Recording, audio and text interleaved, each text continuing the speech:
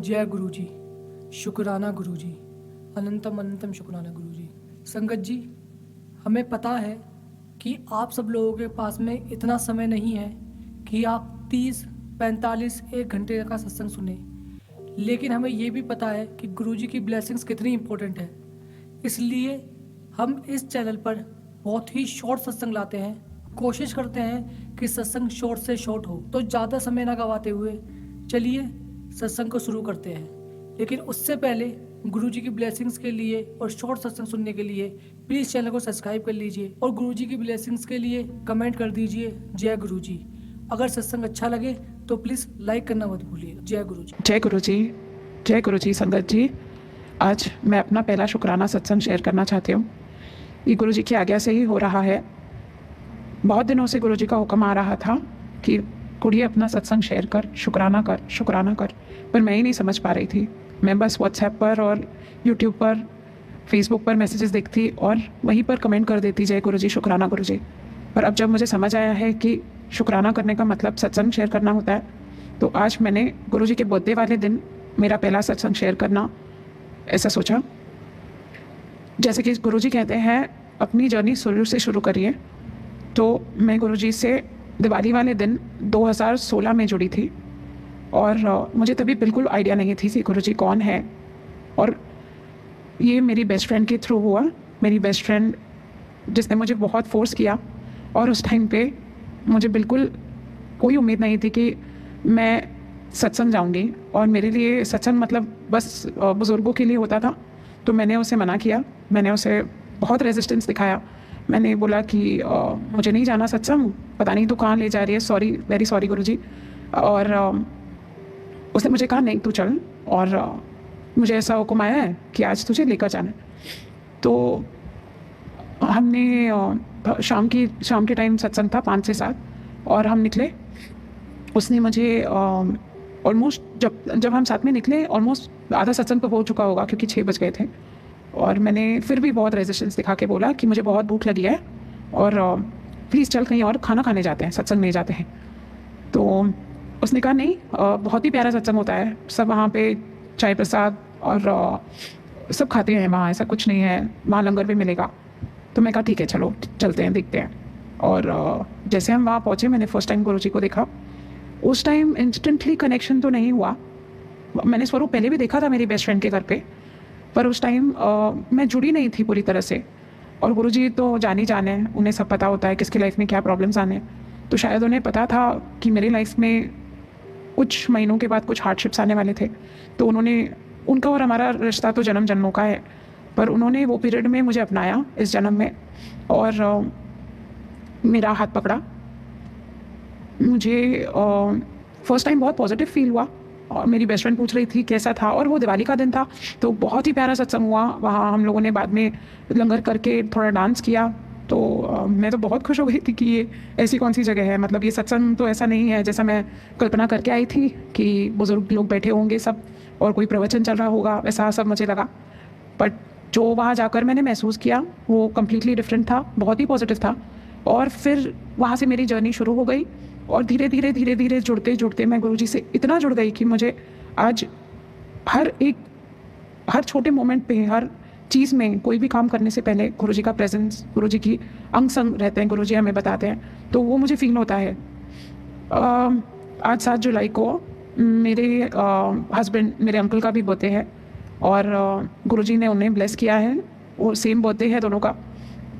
और वो अभी इस वक्त नहीं है मेरे साथ यहाँ पर मौजूद, वो कहीं और अपने रिलेटिव्स के पास है आज। तो इसीलिए मैंने उन्हें विश करके उनसे बात करके अपना सत्संग रिकॉर्ड करने का सोचा। और जैसे कि मैं बता रही थी, 2016 में जब मैं गुरुजी से जुड़ी, उसके कुछ महीनों बाद ही मेरी शादी फिक्स हो गई। दिसंबर में हमारा रोका हुआ, और 2017 मई में मेरी शादी हुई। शादी के बाद मैंने लाइफ जो सोची थी उससे तो कम्प्लीटली डिफरेंट ही कुछ हो गया, जो मैं प्रिपेयर नहीं थी शायद उस वक्त। मुझे पता नहीं था लाइफ में इतने स्ट्रगल्स, इतने रिस्पॉन्सिबिलिटीज़ और इतना लाइफ चेंजिंग इवेंट कुछ हो सकता है मेरे साथ, जहाँ पापा के घर पे परियों की तरह रहती थी, और जो मांगो उससे बहुत ज़्यादा ही मिला बचपन से। और मम्मी पापा के साए में हमेशा हमेशा खुश थी। बहुत बहुत इन्जॉय किया लाइफ का, बहुत रोज़ी साइड देखा।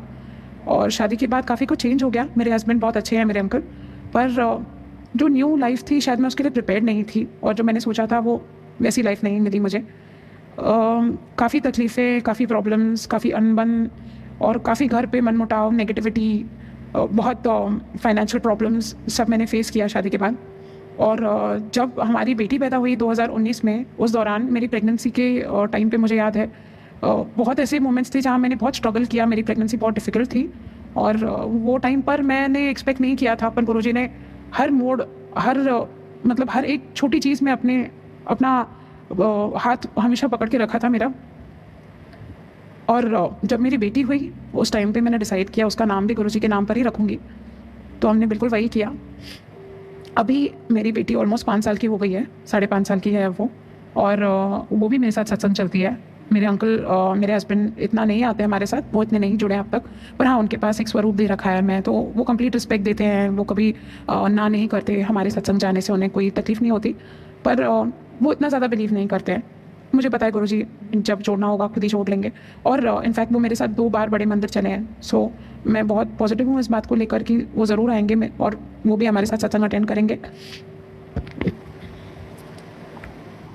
ये जो मैं सत्संग शेयर कर रही हूँ, तो 2 या 3 दिन से मैं काफ़ी डिस्टर्ब्ड हूँ, और काफ़ी नेगेटिविटी चल रही है घर पे। पता नहीं, मैसेजेस भी आते हैं गुरुजी के कह कर कि कुछ नेगेटिविटी है, कुछ ब्लैक मैजिक के मैसेजेस आते हैं। यूट्यूब पर सत्संग आते हैं जिसमें ब्लैक मैजिक के बारे में काफ़ी ज़्यादा ऐसा लगता है कुछ है नेगेटिविटी, क्योंकि काफ़ी मनमुटाव, काफ़ी अनबन चलती है मेरे और मेरे अंकल जी के बीच हुई। तो ये 2 दिन में मैं इतना डिस्टर्ब थी, और मुझे कुछ समझ नहीं आ रहा था क्या हो रहा है। जब भी मैं गुरुजी का मैसेज देखने के लिए फ़ोन खोलती, तो गुरुजी के बहुत ही पॉजिटिव मैसेजेस आते हैं। कुड़िए मैं तेरे नाल हाँ, फिक्र ना करी, बस 2 दिन के बाद सब ठीक हो जाएगा, बस 1 ही दिन बाकी है। अभी थोड़ी देर पहले मैसेज आया कि आज 7 जुलाई के दिन मैं तुझे भरपूर खुशियाँ देने वाला हूँ, और ये तेरा रिटर्न गिफ्ट होगा। जो तेरे प्रॉब्लम्स चल रहे हैं वो सब ठीक हो जाएंगे, चिंता मत कर। और गुरुजी के बहुत मैसेज आते हैं कि सब ठीक हो जाएगा, चिंता मत करी, इतना मत सोचा कर, जो भी तनाव चल रहा है वो सब मैं ठीक कर दूँगा। तो मैं बहुत ही पॉजिटिव हूँ। कल गुरुजी के बर्थडे के दिन मैं ज़रूर जाने वाली हूँ सत्संग, और गुरुजी ने हमको बहुत बहुत बहुत ब्लेस किया है। मेरी बेटी को, जो मेरी छोटी 5.5 साल की आंटी मेरी, उनको भी बहुत हेल्थ ब्लेस की है। वो भी लास्ट मंथ हॉस्पिटलाइज हुई थी, और उस दौरान बहुत ही टेंशन चल रही थी। पता नहीं क्या नेगेटिविटी ने अफेक्ट किया, अचानक मेरी बेटी हॉस्पिटल जा पहुँची, और मैं बहुत डिस्टर्ब रहती थी उस टाइम पे। कुछ समझ नहीं आता था क्या करूँ, बस दिन रात गुरुजी से प्रे करती थी, गुरुजी आप ठीक करो, आपकी बेटी है ये। गुरुजी ने इतना ब्लेस किया उसे, इतना ब्लेस किया, पता नहीं कौन से बड़े कष्ट काटे, पता नहीं क्या था तकलीफ जो होने वाली थी, गुरुजी ने थोड़े में ही काट दिया। मैं बस गुरुजी का स्वरूप उसके पिलो के नीचे रखती, और हर बार जब डॉक्टर उसको इंजेक्शन देने आते, मैं बस उसे बोलती जय गुरुजी बोल, और गुरुजी को बोलते रहो, आप ही बोलो, गुरुपा आप ही ठीक करो, आपके नाना है वो, और आप वो ही आपको ठीक करेंगे। तो वो खुद बोलती है, अभी भी जय गुरुजी करती है, मंत्र जाप करती है, मेरे साथ सत्संग भी आती है बहुत बार। बस बहुत बहुत बहुत बहुत शुक्राना गुरुपा, आपने बहुत अपने छत्र छाया में रखा है, बहुत प्यार दिया है। Wish you a very very very happy birthday my darling गुरुपा। I love you a lot. आपके बिना हर एक जो हम सांस ले रहे हैं, हर एक सांस अधूरी है। थैंक यू गुरुपा, शुक्राना गुरुपा। बस इसी के साथ मैं अपने सत्संग को विराम देना चाहूँगी। जय गुरु जी। ओम नमः शिवाय, शिव जी सदा सहाय। ओम नमः शिवाय, गुरु जी सदा सहाय। ओम नमः शिवाय, शिव जी सदा सहाय। ओम नमः शिवाय, गुरु जी सदा सहाय। जय जय जय गुरु जी।